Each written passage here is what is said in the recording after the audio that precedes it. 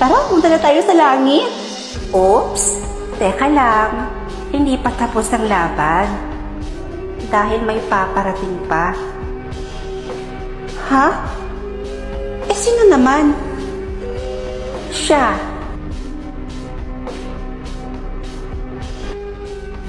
Part 2.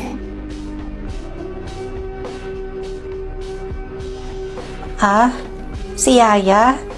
Imposible namang magtatagal yan sa puntod ko. Tingnan natin.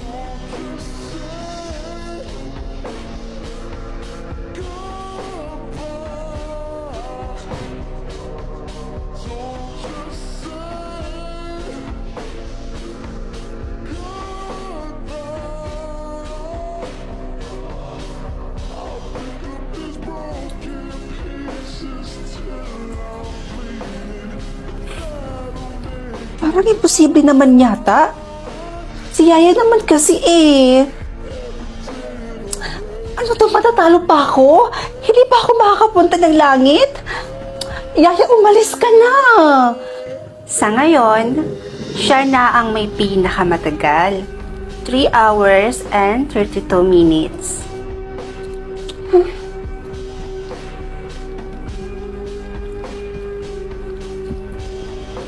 O siya, tara. Naghihintay na ang liwanag sa atin. Ha? Eh di ba talo ako? Di ba yung usapan natin kung sino yung magtatagal sa puntod ko? Tapos yung hula ko yung mama ko? Oh, bakit ako mapupunta sa langit? Gusto mo malaman ng totoo? Halika, sumunod ka sa akin. Hi! Ano ba? Sagutin mo muna yung tanong ko. Gusto ko munang malaman yung sagot. Di ba talo ako? Di ba yung usapan natin, huhulaan ko kung sino yung magtatagal sa puntod ko. Tapos yung hula ko yung nanay ko. Tapos yung nagtagal yung yaya ko. Di ba? Oh, so bakit mo ako ihahatid sa langit? Sabi mo, nanay mo ang magtatagal sa puntod. Tama ka. Yung babaeng nagtagal sa puntod mo kanina, siya ang tunay mong ina. At yon ang aking misyon bago kita samahan mapunta sa langit. Ayang malaman mo kung sino ang tunay mong ina.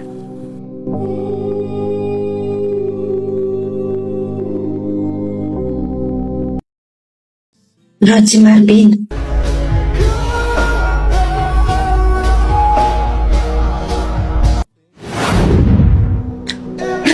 Rods, tingnan mo. Sila na ba yan?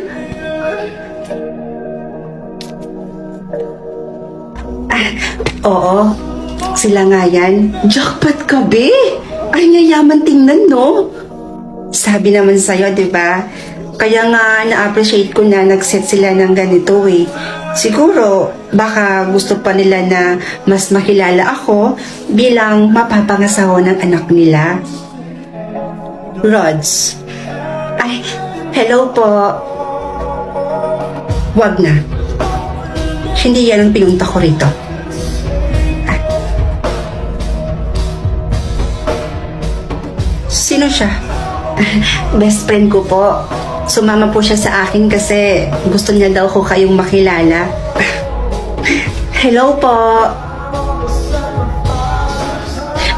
Pasok na po tayo sa loob. Kami na po bahala sa bill. Kakasahod naman po namin kanina. Hindi na. Hindi na naman ako magtatagal. Umorder na lang kayo ng sa inyo. Sige ho. Kanya.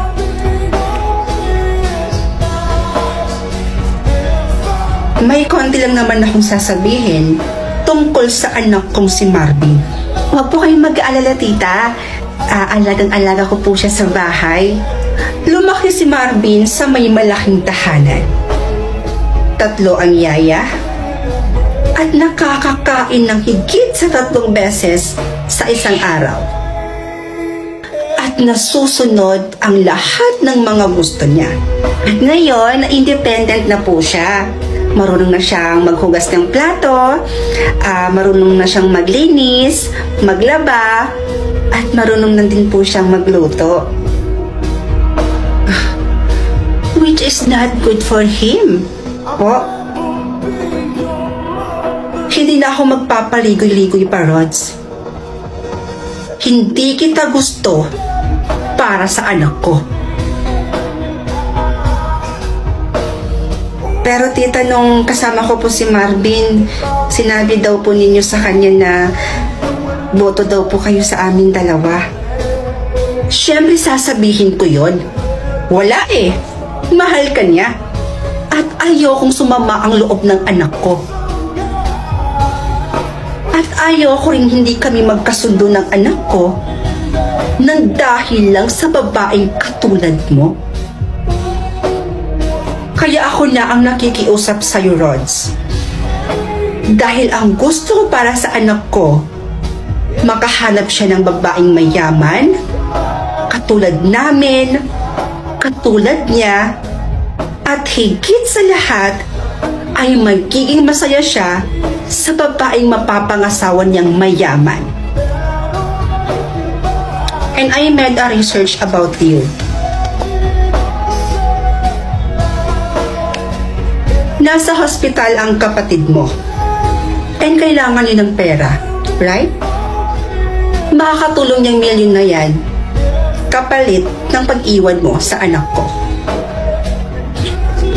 And please, hindi to dapat malaman ni Marvin.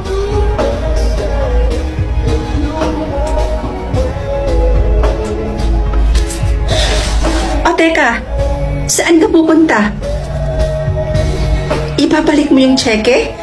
O pupunta ka dun sa kapatid mo para bayaran yung bill niya?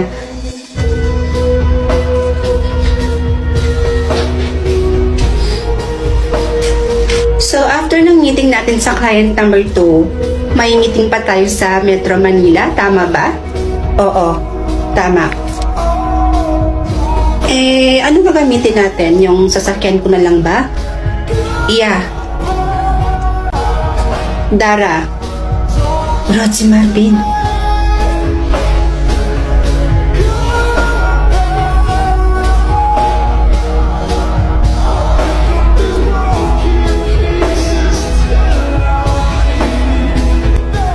Marvin? Vai analisar. Deixa a timidez de lado, puxa amigo e vem dançar. Mostra tudo que cê sabe que o Livinho vai te olhar. Pode sentar. Pode sentar. Pode sentar. E se tiver muito excitada, Umagang-umaga nagbanat na. Buti na lang andyan ka. Kasabay kang pumangan din nag-iisa. Halika na at sumagot sa kama. Sa iyong ganda, titay ko umanap mo. Nauna ka pa sa kape, may laway ka pa sa pisngi. Nawala ng pakialam mo, masarap ka pa rin. Halika na, ikaw lang ang katubi sa kama. Tulad sa iyong ganda, talagang sumama ko. Nauna ka pa sa kape. Bes, naragala tayo. Chat na ulit yung baby ko. Ano tong chat niya? Baby ko, kumain ka na ba? Ayos ko naman. Ay, aba. Ano naman ba kayang nangyayari sa babae na to? Kinikilig ba yan or inasinan yung kifay? Ang sweet talaga ng lalaki na to, sobrang OA. Ay, feeling ko, kinikilig na naman to. May bago na naman siguro tong nakakausap. Replyan ko siya ng, kakainin ka pa lang. Ay! Hoy, bading. Kausapin mo naman ako, pansinin mo naman ako. Pumunta pa talaga ako dito sa inyo, tapos ganito lang yung madadatnan ko. Gaganyan ka lang, para kang inasinan dyan. Oo. Nandito na naman ang babaeng inggitera. Maiinggit na naman yan. Palibhasa walang nakakausap. Inggit daw. Sino naman ba yung nakakausap mo, ha? Bakit parang kilig na kilig ka na naman dyan? Ano kasi, ito na nga bakla. May bago akong nakilala ngayon na matangkad na siya, basketball player pa, gwapo, moreno, my gosh, perfect match. Ay, naku, sa ganda kong to. Sus, pero alam mo, parang familiar sa akin yung mga description na sinabi mo dyan sa lalaking nakakausap mo na yan. Yan ba yung ex mo? Yung ex mong napaka-red flag? Bakla, hindi. Napaka-OA Oh, di okay, fine. Pero saan mo ba nakilala yung nakakausap mo na yan? Mabait ba yan? At sigurado ka na ba sa taong yan? Ay, naku be, yes naman. Sure thing na ako dito sa nakakausap ko. As in, sure na sure talaga. Alam mo kung bakit? Kasi naman, sa OFO ko siya nakilala be. Alam mo ba, sa OFO, marami kang makikilala doon at ang babait talaga ng mga taong nang nandoon. Oo, marami pang cute, gwapo, magaganda. As in, nasa OFO na yan lahat be. OFO? Mukhang magandang gamitin nga yan Ay nako, gagamit din ako. Uy, ikaw, kumain ka na rin kasi. Huwag kang magpapalipas ng guto. Grabe naman.